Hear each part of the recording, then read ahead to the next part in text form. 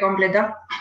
Perfecto, bueno, primero quiero agradecer la oportunidad que me dan acá de compartir. Yo siempre digo que más que una capacitación es compartir experiencias, compartir vivencias, en este caso relacionado al trabajo que hacemos aquí en la Fundación Mundo Marino, en el Partido de la Costa, con nuestra base en San Clemente de Tuyú, y como decía, en este caso en relación a la atención, asistencia, rescate de pinípedos, ¿sí? De acuerdo a una problemática que me planteó María, es de la presencia cada vez quizás más frecuente en zonas ribereñas o en cauces fluviales de este tipo de mamíferos marinos, ¿no? Que es algo que también se da en toda la zona de la bahía de San Borombón. Después les voy a contar un poquito una investigación que estamos haciendo, que es cada vez más frecuente la aparición de ejemplares juveniles, precisamente, de lobos marinos de 2 pelos. Ahora vamos a ver un poquito rápido la diferencia para que lo puedan reconocer rápidamente, pero es algo que se está dando mucho últimamente, ¿no? Y que tiene que ver también básicamente con la falta de alimento, porque muchas veces esos cuadros que presentan son cuadros de deshidratación, desnutrición. Recordemos que esta fauna, por ejemplo, la fauna marina, obviamente, se hidratan a partir del alimento que consumen, no es que vayan a tomar agua dulce como una mascota. Entonces los animales, al no encontrar alimento, a la vez ese cuadro de desnutrición se agrava por la falta de hidratación, ¿no? Entonces ya tenemos un cuadro más grave, a lo que se suma después, conforme vayan reduciendo esa capa de grasa, que es su principal aliado contra el frío, empiezan los cuadros de hipotermia, anemia, bueno, desencadenan un montón de procesos fisiológicos graves que culminan con el deceso del ejemplar, ¿no? Nosotros sabemos que esta realidad, digamos, todo lo que está pasando hoy en día en el ambiente, se manifiesta, o sea, una de las maneras que tenemos nosotros de percibir lo que está pasando en el ambiente marino es precisamente a través de la presencia, del hallazgo de animales afectados en nuestra costa. Sabemos todo que el crecimiento sostenido de la población, toda esa inherente necesidad de recursos, están impactando no solamente el ambiente terrestre, sino el ambiente marino, con la desventaja que muchos de nosotros, todos estos desórdenes ambientales que se producen en el océano, no los percatamos. Bien sabido es ese dicho que dice que las poblaciones o las comunidades crecen de espaldas al mar o a los ríos. Bueno, en este caso es así. Y muchas veces los desórdenes ambientales, las alteraciones provocadas obviamente por la actividad humana, nosotros las podemos, digamos, atestiguar a través del hallazgo de animales, que son una fuente importante de información, tales así que son muchos catalogados como bioindicadores. Nosotros sabemos, por ejemplo, en relación a los lobos o a esta fauna marina que presenta estos casos frecuentes de desnutrición, de deshidratación, el cambio climático también ya ha sido reconocido como una preocupación ya evidentemente emergente y afecta un amplio rango de especies de distintas maneras. Fíjense todo lo que ocurre en el mar, que muchas veces uno en el día a día no lo percata, ¿no? Pero las variaciones de la temperatura, la superficie de la temperatura del mar, con solamente variar 1 o 2 grados, desencadena un montón de cambios ambientales que precisamente van a afectar a especies que nosotros ni nos percatamos de su existencia, como sea el fitoplancton, el plancton, que son precisamente la base de todo ese ecosistema marino, ¿no? Cambios en la sal, en la acidificación, el incremento de tormentas o de eventos meteorológicos, van a provocar diversos efectos que causan deriva y modificación en la abundancia de las distintas especies. Precisamente especies que son presas de los mamíferos marinos. Se va a traducir todas estas alteraciones en menor disponibilidad de alimento, sumado encima al efecto devastador, por ejemplo, de la pesca ilegal, de la sobrepesca y demás alteraciones.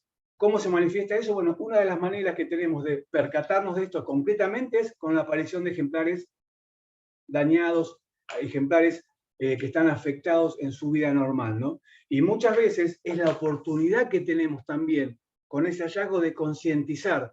Todos sabemos que las especies marinas son carismáticas, ¿no? Que llaman la atención, despiertan simpatía, curiosidad, y despiertan también preocupación y angustia cuando están enfermos o lastimados. Bueno, esa es la clave que tenemos que aprovechar nosotros para concientizar también a las personas, porque precisamente el problema ahora no son los animales. En definitiva, el problema nunca han sido los animales, sino que el problema son las personas.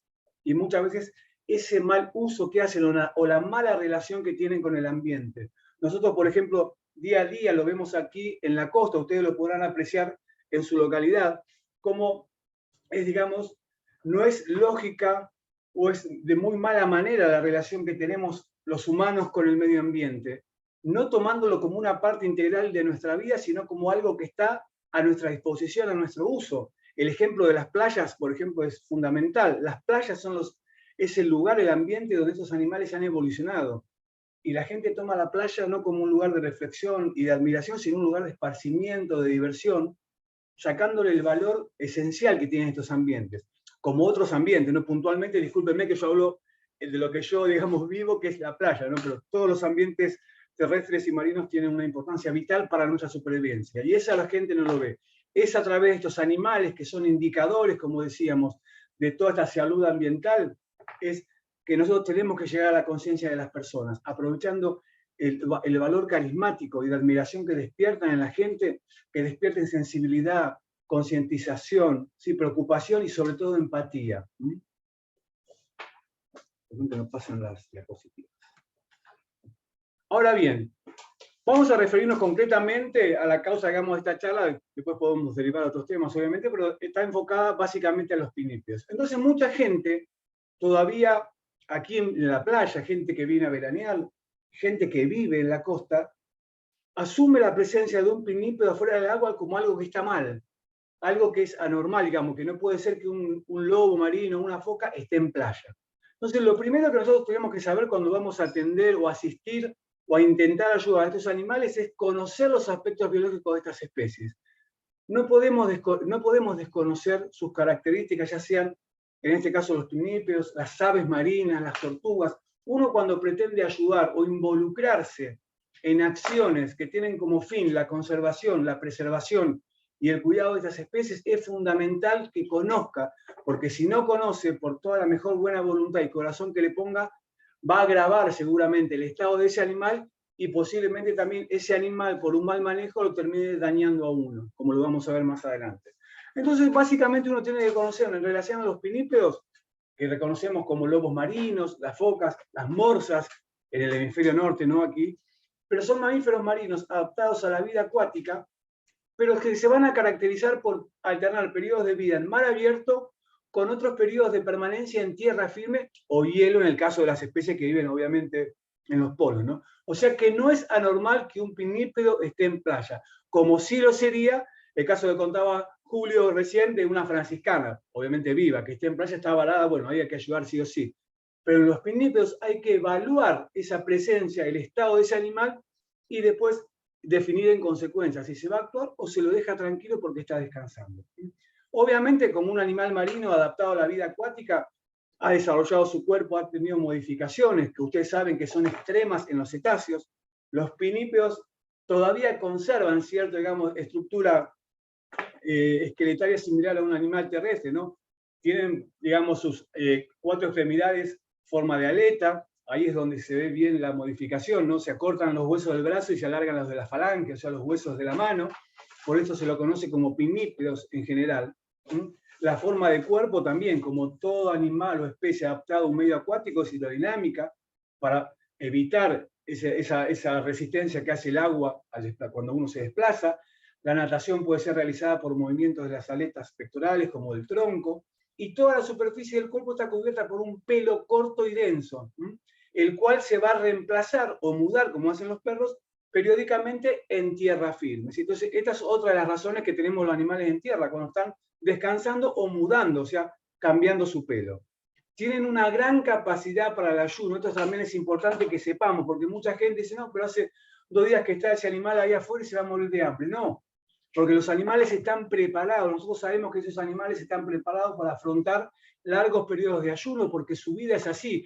Fíjense en que la combinación de una alimentación oceánica, pero con la reproducción y la muda en tierra, va a requerir que ese ayuno suceda justo en forma concomitante con procesos de alto costo metabólico, obviamente como es la reproducción, como es el cambio de pelo.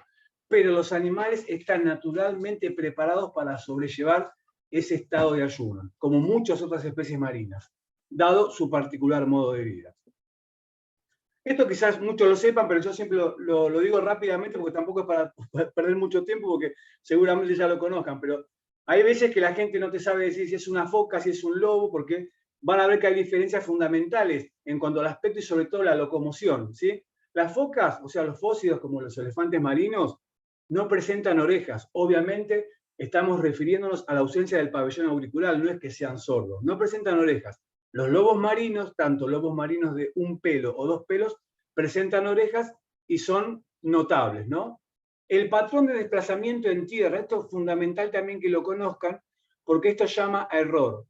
Los otáridos, o sea, los lobos marinos, tanto de un pelo, dos pelos, pueden replegar sus aletas posteriores hacia adelante y caminar, o sea, separar el vientre de la tierra, caminar como un perro, tienen un galope corto.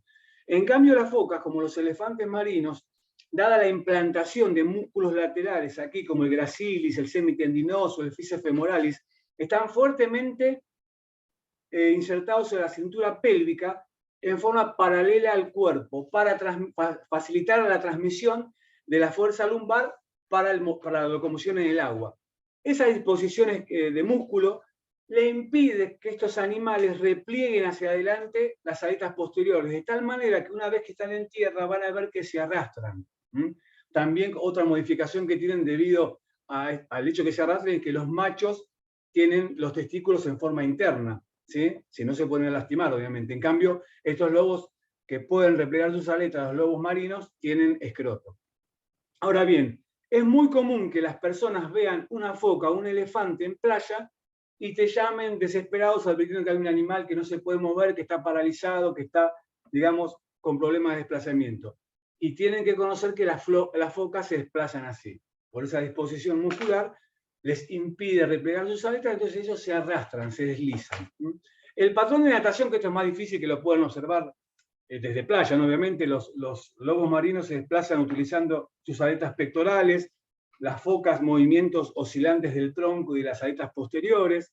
Por ejemplo, otra diferencia es que las aletas, por ejemplo, las aletas anteriores de los lobos marinos no tienen uñas, las posteriores sí, y es al revés en las focas, ¿no? Las uñas bien notorias son en las aletas anteriores en las focas, mientras que en las posteriores carecen de uñas. Por eso es muy común cuando vean a los elefantes rascarse o acomodarse el pelo, lo hacen como si lo hicieran nosotros con la mano. En cambio, los lobos marinos lo van a hacer doblando así el cuerpo de manera un tanto incómoda con las aletas posteriores, que son las que tienen las uñas. Eso es básicamente una definición rápida para que ustedes puedan advertir, repito, quien no ha tenido la oportunidad de conocer esto, que cuando vemos un lobo o cuando vemos una foca. ¿Cómo se llama el comportamiento? Hay un término técnico que utiliza, digamos, que describe la presencia de un lobo de un pinípedo en playa, que es el howling out, que describe el comportamiento de los pinípedos cuando temporariamente abandonan el medio acuático para descansar en tierra entre periodos de actividad. Dicha estadía, como dijimos, se relaciona también con la reproducción, con el descanso, como decíamos, y el recambio de pelo. Ustedes tienen que pensar cómo es la vida, porque muchas veces la gente no entiende el descanso de un lobo, ¿sí? Nosotros muchas veces nos llaman, vemos que el lobo está bien, ahora vamos a ver cómo nos damos cuenta, está descansando. No, no puede estar descansando, porque la gente asocia el descanso pensando, no sé, que es una situación como podemos decir nosotros, tomarnos una siesta o estar tomando sol. Para los animales, ese descanso representa la oportunidad de desarrollar procesos fisiológicos que son vitales para su supervivencia. Imaginen que estos animales, y más cuando son juveniles, pasan todo el tiempo en el agua buscando alimento, o sea, no tienen un compromiso reproductivo. Su principal, digamos, motivo de desplazarse es buscar comida, y atraviesan importantes distancias, y muchas veces buceando al límite de sus reservas de oxígeno.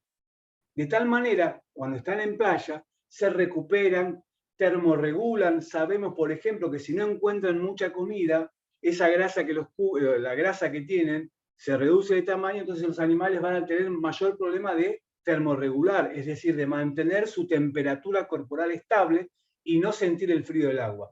Entonces, de la manera como están en tierra, conservan energía, pueden termorregular, tomar calor y evitar predadores. O sea, es muy importante también brindarles ese descanso, no molestarlos, no querer intervenir enseguida. Acá en la playa nos pasa, imagínense, en verano salen animales que están en buen estado a descansar y la gente encima los quiere tocar, no les permite, no les respetan ese espacio que es, como les digo, es vital y necesario para su supervivencia, el hecho de descansar.